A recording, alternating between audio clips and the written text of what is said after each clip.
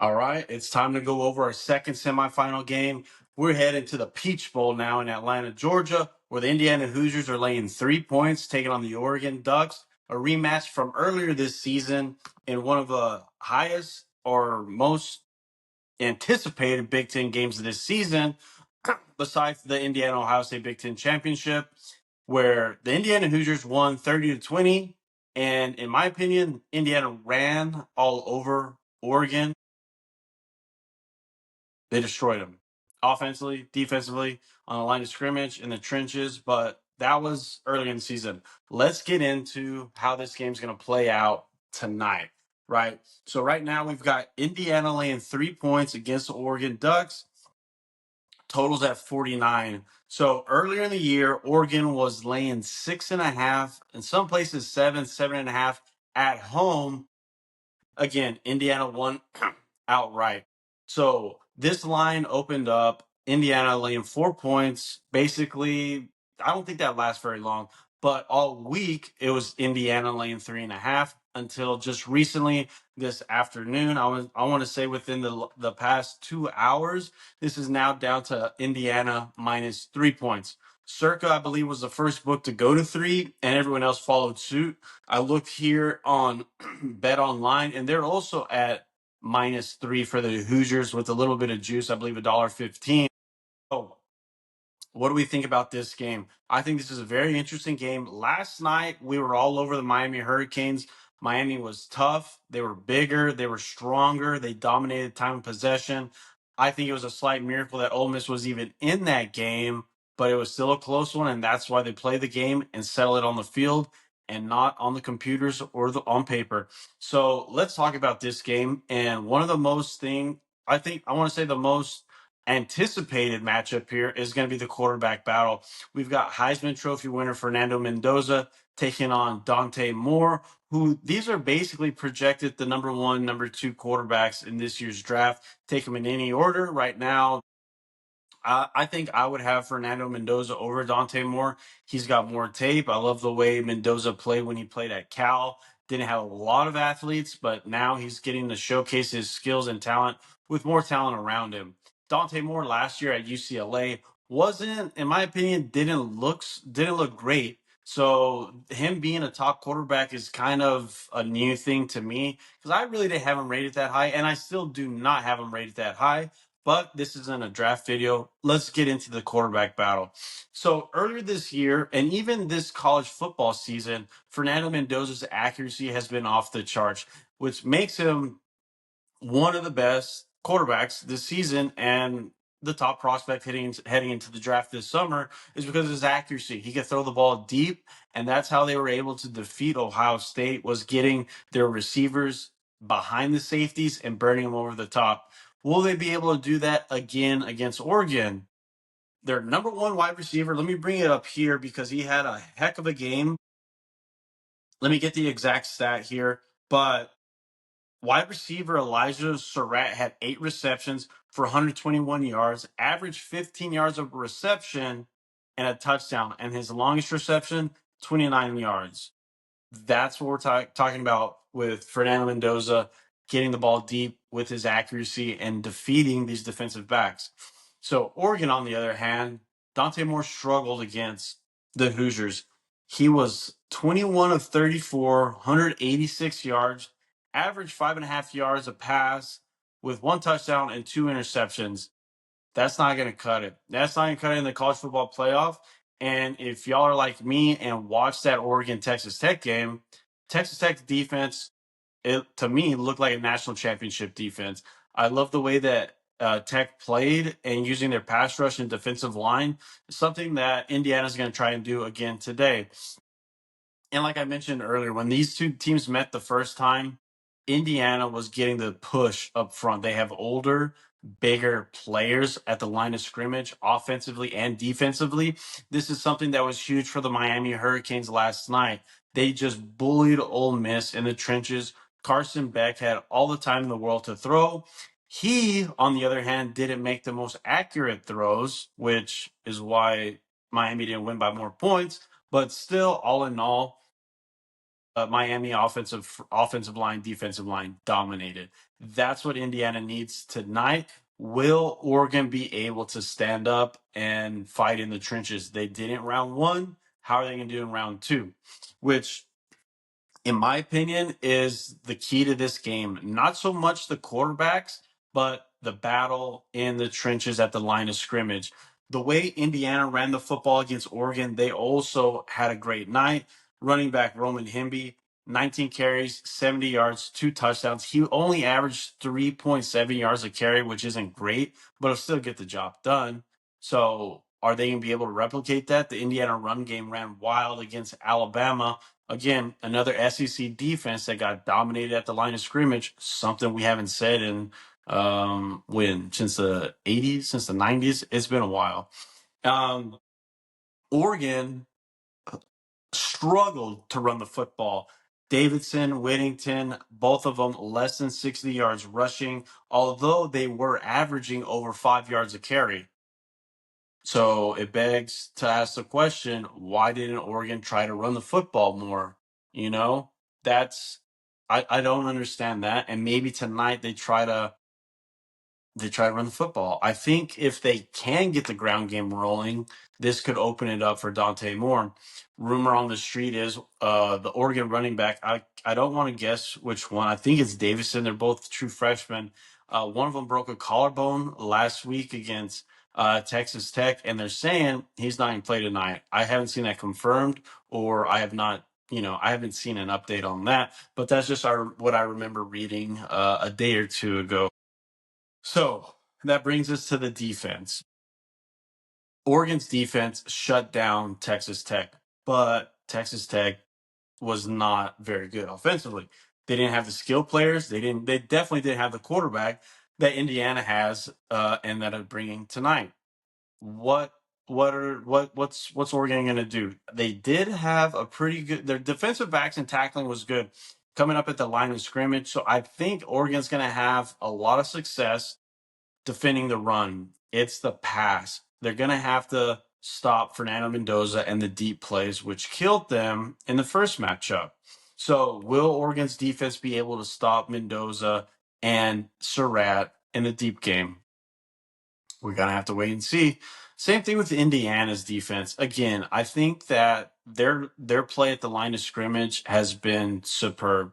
They dominated against Alabama, and they did the same thing against Ohio State with their defensive pass rush. They'll be missing, defensive linemen due to injury again, one of their best players. But I still think that the main question for me is who's going to show up for Oregon, because again, like I said, the first time these two teams met, it was all about Indiana being a bigger, stronger, tougher team. How's Oregon going to change that? They didn't get bigger in the last, couple months. They didn't get strong in the last couple months. So how is it that Oregon's going to scheme past this Indiana defense? And how's their defense going to stop Fernando Mendoza, who's basically yet to be stopped, I think, since Indiana played Penn State or Iowa? There's a lot. I mean, look, this is the key stat here. Mendoza's quarterback rating against Oregon, 91. Dante Moore, 35. So the Oregon Ducks, this is where the betting line comes into play, which is very interesting because you have everyone. I think the tickets, last I saw, 65% of tickets are on Indiana, but the line's moving in the opposite direction toward the Oregon Ducks. To me, that fires off alert, alert, alert. You got to look and say what's going on here. Why is everyone betting Indiana, but the line's actually moving in Oregon's favor? So this is interesting, and this is kind of why I don't have as strong as a read on this game as I did last night. And this is one, you got to think about the revenge factor. I believe in almost every college football playoff game we've seen where there's a rematch, the team that lost earlier in the season won the second time around. We just saw it last weekend with uh, Ole Miss against Georgia. Georgia won the first meeting during the regular season, and then Ole Miss won the second time. The only one that didn't happen was Tulane against Ole Miss. Ole Miss beat Tulane 2 times in a row, but I think that's a stat that we should throw out. And even last year, I believe anytime there was a rematch, Ohio State Oregon, Oregon won the first time during the regular season, and then the second time around in the college football playoff, Oregon got destroyed by Ohio State. Ohio State ends up winning national championship. So these revenge games have been very key for the team seeking revenge, which is the Oregon Ducks in this case. If you think this is a 50-50 toss-up game, yeah, you want to take the points and the hook. But now it's down to 3. So that, in my opinion, I would still want Oregon, the team that's seeking revenge and getting a win for the first time. Indiana, but it's hard to bet against this Indiana team. They've got, like we talked about last night with the Hurricanes, they've got the quarterback. He's got accuracy. If they get in a pinch, they can rely on him. Can Oregon rely on Dante Moore to bring them back 7-10 points? Eesh, I'd rather have Mendoza. But they have the offensive line, the defensive line, and a couple wide receivers and a running back. That's kind of what you need. Oregon, I feel like they still match up well, but Indiana's still going to have the power advantage. So what's Oregon going to do to, you know, respond to that? That's a big question here. So to me, even thinking about the coaching battle, Dan Lanning, in my opinion, Dan Lanning had a terrible game against Texas Tech because Texas Tech couldn't score, but Dan Lanning kept going for it on fourth down, kept going for it on fourth down. If he just kicked the field goals, they would have won, by even a larger margin than what, 23, 24-0, whatever it was. But he's super aggressive. That's just his coaching style. He's aggressive, but he also could wait and get Dan Lanning in a trap. I think that Indiana does have the coaching advantage, but I think with it being a revenge spot, I think that's what we're gonna have to lean on here because everyone, all the tickets are coming into Indiana. And I just think something weird is going to happen. And this is going to be one of those games, kind of like last night, where Oregon has just like this crazy game where some things happen that you can't really explain.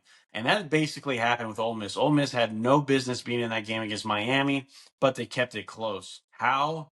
I don't know. How do you explain Ole Miss breaking it off 70 yards for a touchdown, which was their first down of the game, was a 70-yard touchdown. And all the dropped missed field goal from for Miami, all the drops by the Miami defensive backs. So I think we're gonna have a game like that where there's gonna be some bounces of the ball that you just can't explain. It sounds weird, but it happens, especially in the postseason, and we saw it last night. So it's very possible. And I think we're gonna have another good game tonight that I believe, will come down to a field goal on either side. I think this game comes down to a field goal. I don't know if Oregon wins this game. I am not going to take Oregon money line outright because Indiana has a better quarterback and the bigger team. And that's usually the side that I side with. But because all of the public and all the tickets are Indiana and the way the spread and the money's moving, everything's flashing Oregon, Oregon, Oregon, Oregon. Take the hook, take the hook, take the points, take the 4 points, take the 4.5 points. I believe the ticket I have is like 4.5 laying 227 or 127, excuse me. There's 3.5. I don't know if 3.5 is still out there at other books, but the ones that I'm concerned about and I looked at was Circa Bet Online. You have Circa Best in Vegas, and then you have Offshore Bet Online, best offshore in my opinion, because Five Dimes is no longer available. Rest in peace. But that's kind of the way I think this game's going to go out. I think we're going to get another battle up front. It's going to be quarterback against quarterback. Who's going to be the better quarterback, and which team makes the least amount of mistakes.